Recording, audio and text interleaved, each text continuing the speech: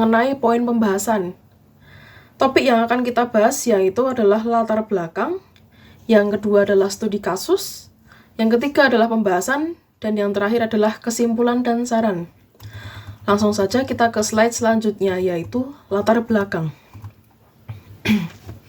Dalam dunia bisnis, manajemen rantai pasok memainkan peran penting dalam memastikan kelancaran operasional dan pemenuhan kebutuhan pelanggan. Salah satu aspek penting pada rantai pasok adalah service processing, yang merupakan serangkaian proses untuk menyediakan produk maupun layanan kepada pelanggan secara maksimal dan efisien. Service processing mencakup berbagai aktivitas, mulai dari pemrosesan pesanan hingga pengiriman produk ke tangan konsumen, serta layanan purna jual yang akan memberikan nilai tambah bagi pelanggan. Keberhasilan dalam mengelola service processing dapat meningkatkan kepuasan pelanggan dan dapat menjadi keunggulan kompetitif bagi perusahaan.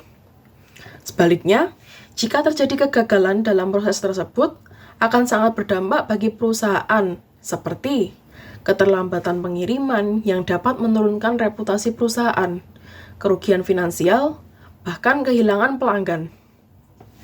Dalam era digital yang semakin berkembang ini, tuntutan pelanggan terhadap kecepatan, akurasi, dan fleksibilitas semakin tinggi. Oleh karena itu, perusahaan harus dapat mengimbanginya dengan terus berinovasi dalam meningkatkan service processing mereka, agar dapat memenuhi kebutuhan pelanggan dan dapat terus bersaing di pasar global. Slide selanjutnya yaitu mengenai rumusan masalah. Poin pertama, apa konsep dasar dari service processing dalam manajemen rantai pasok? Poin kedua, apa saja tantangan yang sering dihadapi perusahaan dalam mengelola service processing? Poin ketiga yaitu bagaimana pengaruh perkembangan era digital terhadap tuntutan kecepatan, akurasi, dan fleksibilitas dalam service processing. Lalu poin keempat, apa solusi yang dapat diterapkan perusahaan untuk mengatasi hambatan-hambatan yang terjadi dalam proses service processing agar dapat meningkatkan efisiensi dan kualitas layanan? Dan yang terakhir, poin kelima adalah bagaimana perusahaan dapat terus berinovasi dalam meningkatkan service processing untuk tetap bersaing di pasar global dan menjaga kepuasan pelanggan. Slide selanjutnya yaitu mengenai studi kasus yang akan dilanjutkan oleh Arief Puji Gunarto. Terima kasih Kak Regina untuk openingnya. Selanjutnya saya Arief Puji Gunarto untuk MJ102 akan menjelaskan bagian studi kasusnya. Yang pertama, kurangnya visibilitas dalam rantai pasok. Visibilitas yang rendah dapat menyebabkan berbagai masalah, termasuk ketidakmampuan untuk melacak inventaris secara real time, kesulitan dalam memprediksi permintaan, dan masalah dalam merespon gangguan pasokan. Studi kasus, contoh pada industri elektronik, di mana komponen seringkali bersumber dari berbagai negara. Kurangnya visibilitas dapat menyebabkan keterlambatan produksi, misalnya jika satu pemasok komponen mengalami gangguan produksi. Perusahaan mungkin tidak secara cepat memahami kondisi tersebut yang dapat menyebabkan penundaan dalam seluruh proses produksi. Solusi untuk masalah ini melibatkan penerapan teknologi seperti IoT atau Internet of Things dan blockchain untuk meningkatkan visibilitas dan transparansi di sepanjang rantai pasokan.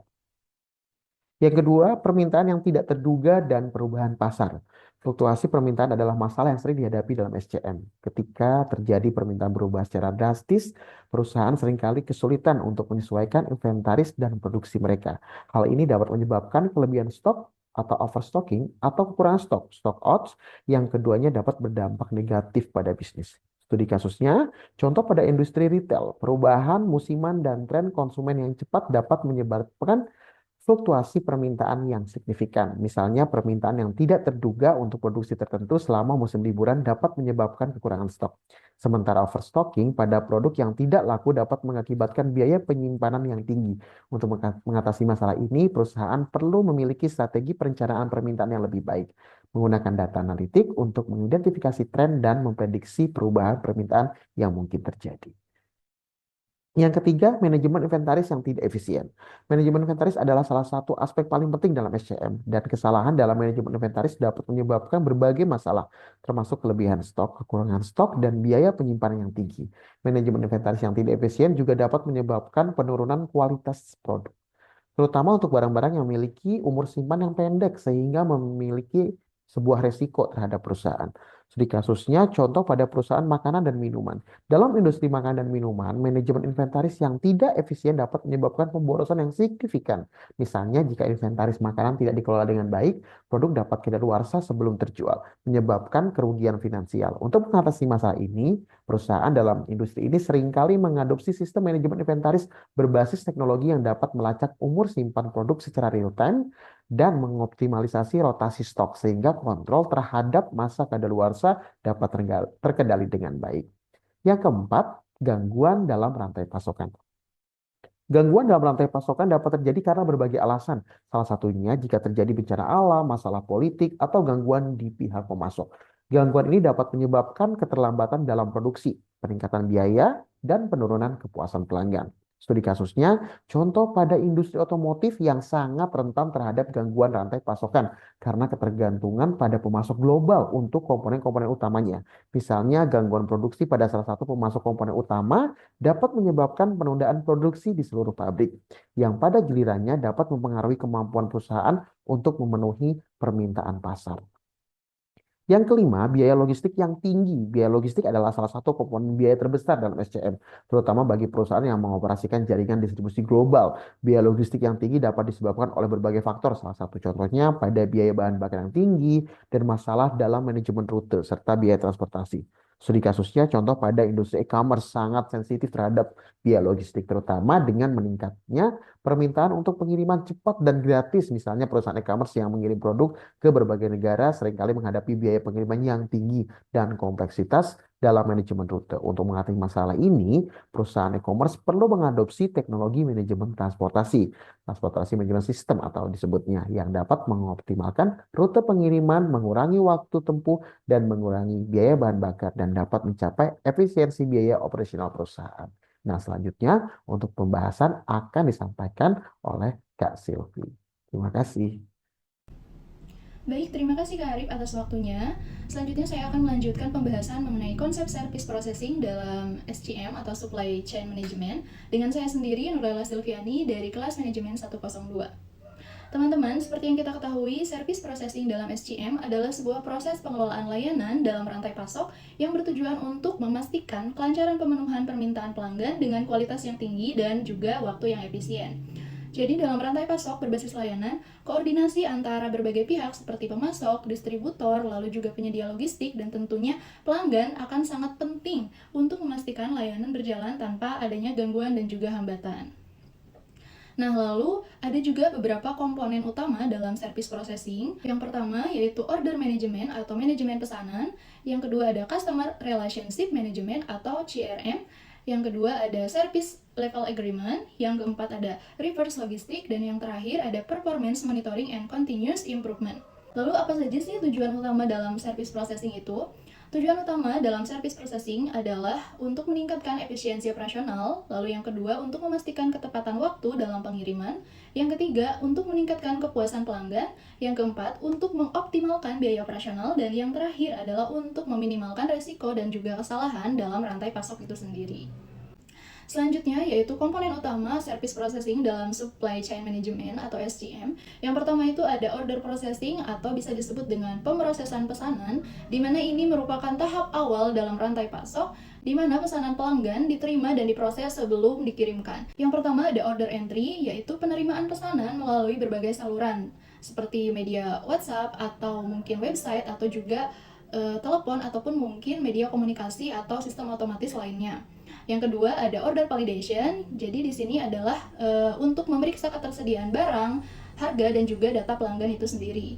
Dan yang ketiga ada yang namanya order confirmation atau untuk mengkonfirmasi pesanan kepada pelanggan dan memberikan perkiraan waktu kira-kira kapan barangnya akan dikirim. Nah, selanjutnya ada order fulfillment, yaitu untuk menyiapkan barang yang sudah kita siapkan untuk dikirim sesuai dengan permintaan pelanggan atau konsumen. Nah, itu adalah komponen utama dalam service processing untuk order processing itu sendiri. Dan untuk contoh dari order processing ini adalah seperti sebuah toko online menerima pesanan melalui e-commerce, lalu sistem otomatis mengupdate stok dan juga mengatur pengiriman ke alamat pelanggan. Nah, itu adalah contoh dari order processing. Selanjutnya adalah Logistic and Transportation Service, di mana ini adalah layanan logistik dan juga transportasi yang merupakan mengelola pengiriman barang dari gudang ke pelanggan dengan waktu yang efisien. Jadi di sini juga ada beberapa tahapan yang harus diperhatikan. Yang pertama itu ada yang namanya freight management, atau di sini bisa disebut dengan pemilihan mode transportasi. Jadi bisa menggunakan jalur darat, laut, ataupun udara. Selanjutnya ada route optimization, atau menentukan rute pengiriman untuk menentukan rute pengiriman terbaik agar tidak mengurangi waktu dan juga biaya dalam pengiriman itu sendiri. Yang selanjutnya ada tracking dan monitoring, di mana di sini adalah memantau status pengiriman secara real time untuk menghindari keterlambatan produk itu sendiri. Dan yang terakhir ada yang namanya reverse logistik, di mana di sini adalah sebuah proses pengembalian barang jika terjadi kesalahan atau mungkin produk yang tidak sesuai. Jadi ibaratkan produk itu gagal seperti itu. Lalu untuk contoh dari Logistic and Transportation Service ini, misalkan perusahaan seperti JNE, JNT, atau perusahaan logistik lainnya, mereka menggunakan sistem pelacakan untuk memastikan pengiriman barang tepat waktu.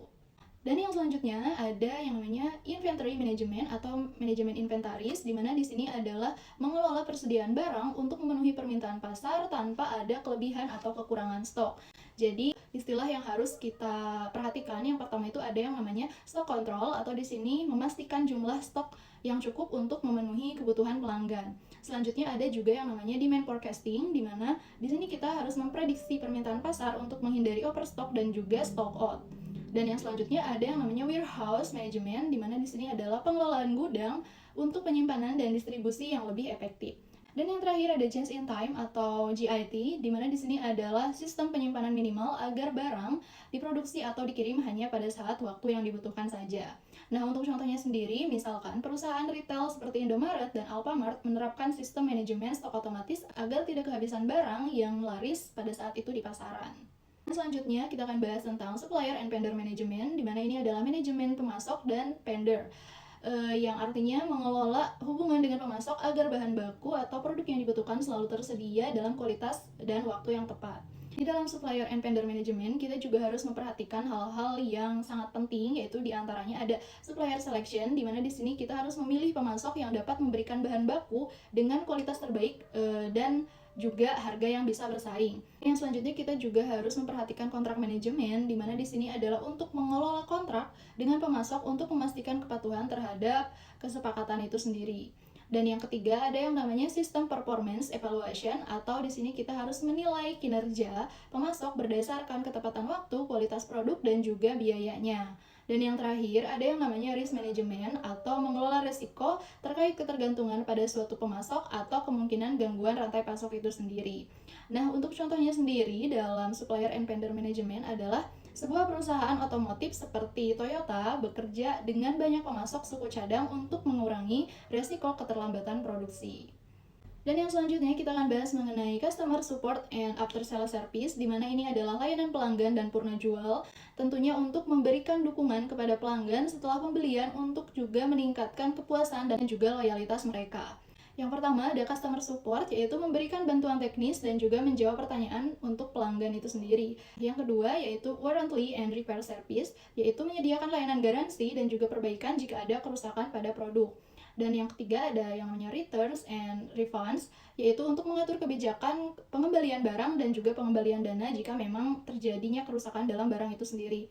Dan tentunya yang terakhir ada yang namanya customer feedback and improvement, yaitu untuk menggunakan ulasan pelanggan untuk meningkatkan layanan dan juga produk. Dan untuk contohnya sendiri, perusahaan Apple menyediakan layanan purna jual seperti Apple Care, yang tentunya ini untuk mencakup perbaikan dan juga pergantian produk jika memang adanya terjadi kesalahan di dalam barang itu. Selanjutnya kita akan beralih ke manfaat service processing dalam SCM, di mana service processing yang baik dalam SCM ini harus memberikan berbagai keuntungan bagi perusahaan dan juga pelanggan.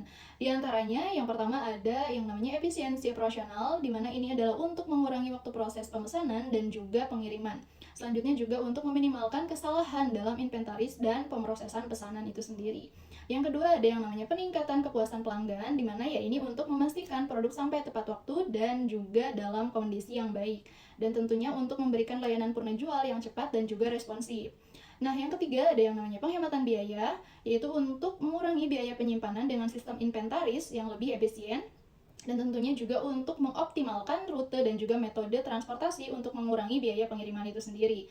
Dan yang terakhir adalah keunggulan kompetitif, yang mana perusahaan dengan layanan rantai pasok yang lebih baik dapat bersaing lebih kuat juga di pasar nantinya. Dan tentunya untuk meningkatkan loyalitas pelanggan melalui layanan yang lebih responsif dan tentunya berkualitas. Selanjutnya ada tantangan dalam service processing di dalam SCM itu sendiri. Jadi meskipun service processing itu mempunyai banyak manfaat, tapi tentunya juga ada beberapa tantangan yang sering dihadapi dalam service processing ini. Jadi yang pertama itu adanya ketidakpastian permintaan atau bisa disebut dengan sulit memprediksi fluktuasi pasar. Tentunya ini bisa menyebabkan kelebihan ataupun kekurangan stok nantinya. Dan yang kedua adanya gangguan logistik, yaitu berupa bencana alam, keterlambatan pengiriman, atau mungkin kendala regulasi yang tentunya ini dapat juga menghambat distribusi barang. Ketiga, ada quality data dan sistem IT, di mana ini adalah ketidaktepatan dalam sistem, dalam manajemen itu sendiri, yang tentunya akan dapat menyebabkan kesalahan dalam pengambilan keputusan. Terakhir, yaitu koordinasi dengan multi vendor. Jadi, jika mengelola banyak pemasok, tentunya bisa menjadi kompleks dan beresiko jika suatu saat nanti ada satu pemasok yang mungkin gagal dalam memenuhi kontraknya sendiri. Nah, teman-teman, itu adalah beberapa penjelasan mengenai konsep dari service processing di dalam SCM itu sendiri. Tadi kita sudah bahas konsep, lalu tujuan, manfaat, contoh, dan juga tantangan di dalam SCM. Mungkin hanya itu yang dapat saya sampaikan, kurang lebihnya mohon maaf jika ada ketidakjelasan di dalam presentasi ini, dan selanjutnya untuk kesimpulan akan dijelaskan oleh rekan saya, yaitu Kak Dinda. Untuk waktu dan tempat, saya persilakan. Terima kasih. Baik, terima kasih Kak Silvi atas waktunya. Kali ini saya, Ratu Dinda Kurnia, akan membahas mengenai materi kesimpulan. Service Processing dalam Supply Chain Management atau SCM merujuk pada serangkaian aktivitas yang terkait dengan pengolahan layanan mulai dari pemesanan hingga pengiriman barang atau penyediaan layanan kepada pelanggan. Tujuan utamanya adalah untuk memastikan bahwa setiap layanan yang diberikan sesuai dengan harapan pelanggan, efisien dan tepat waktu. Kesimpulannya, service processing dalam SCM sangat penting untuk menjaga kepuasan pelanggan, mengoptimalkan operasi, dan meningkatkan efektivitas aliran barang dan informasi dalam rantai pasokan. Hal ini melibatkan koordinasi yang baik antara berbagai pihak terkait seperti pemasok distributor dan perusahaan logistik untuk memberikan layanan yang cepat, akurat, dan konsisten. Baik, di sini saya Artia Novianti akan melanjutkan hasil presentasi dari Kak Dinda. Di sini saya akan menjelaskan rekomendasi untuk meningkatkan service processing dalam SCM. Berikut adalah beberapa saran atau rekomendasi yang dapat diterapkan. Yang pertama yaitu gunakanlah teknologi seperti Sistem Manajemen Rantai Pasokan atau SCM software untuk mengotomatisasi proses pemrosesan pesanan, pemantauan inventaris, dan pengiriman. Ini dapat mengurangi kesalahan manusia dan mempercepat proses. Lalu yang kedua, pastikan ada komunikasi yang baik antara tim penjualan, pergudangan, dan pengiriman. Kolaborasi yang baik akan mempercepat respon terhadap permintaan pelanggan dan mengurangi gangguan dalam proses. Yang ketiga, perbaiki pengelolaan inventaris untuk memenuhi permintaan pelanggan secara tepat waktu. Gunakan teknik seperti just in time atau JIT untuk mengurangi biaya penyimpanan dan memastikan ketersediaan produk. Yang keempat, fokus pada kepuasan pelanggan. Lalu yang terakhir, evaluasi kinerja service processing melalui Key Performance Indicators atau KPI seperti waktu pengiriman, tingkat akurasi pemrosesan pemesanan, dan kepuasan pelanggan. Selanjutnya, di sini adalah daftar pustaka hasil pembahasan presentasi dari kelompok 5. Baik, terima kasih atas waktunya. Sekian video hasil presentasi dari kelompok 5. Mohon maaf bila ada kesalahan kata. Wassalamualaikum warahmatullahi wabarakatuh.